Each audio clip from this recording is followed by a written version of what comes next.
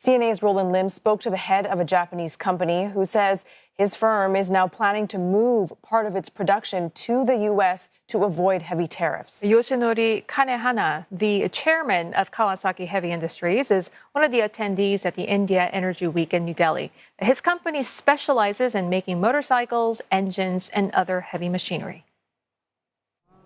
At the moment, the geopolitical the tensions are rising up, and we are producing a lot of things outside Japan.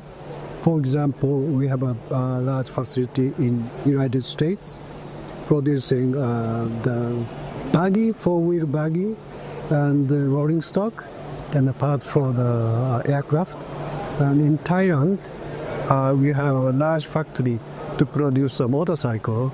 So as you mentioned, the geopolitical tensions are very much the problem. Maybe the problem for us because of the supply chain. Until up to now, the supply chain was reasonably moving, but the tensions between the United States and China is going up. And recently, Trump announced increased the tariff from Canada and Mexico. So we're hoping so that we shift the production in between United States and Mexico. And for the global supply chain, we are considering where to make some parts or avoiding as much as possible to avoid the global supply chain conflict. Okay. So Trump has even threatened levies on a close ally like Japan. My question to you is, if these tariffs do take place, how much of an impact to your bottom line will it make, if at all? Say, for example, 10% levies on Japanese companies. How? Our Prime Minister said he couldn't answer to the theoretical question, but I will. Actually, first thing we need to do is shift the products, so that which you have already done. And still we are producing some parts in Japan to export to US.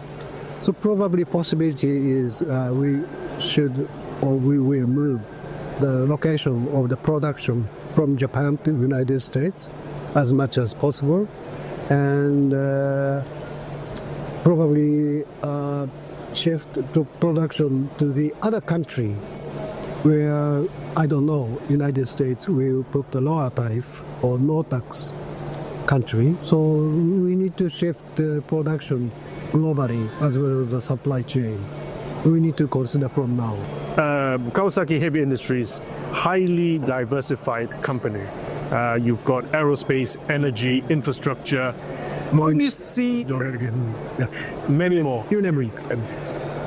how do you see Kawasaki maintaining its position over the next 5 years, especially with emerging technologies like AI? Are you also adopting? Yes.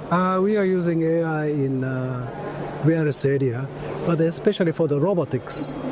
You know, the robotics are getting clever every year, so we are using AI. For example, we recently announced to start selling the robot called Bunning. You know, the truck, the people handling the box from the truck container to outside by hand, because the goods on the box is complicated. The size is different. Yeah. So far the robot cannot take the different shape of a box to pick, but using AI with a camera, so the robot is more clever to pick up the size of the box and the suitable handling for the size of the box. Would you say that AI augmented robotics is your fastest growing market right now? Yeah, I think. Kawasaki Heavy Industries has operations globally, worldwide. But in which particular markets are strategic priorities for you? It's a difficult question because we want to put the strategic on side on aircraft, also the motorcycle. So we are selling a motorcycle in all over the world. So the two areas, the motorcycle and the aircraft, the engines, and robot also.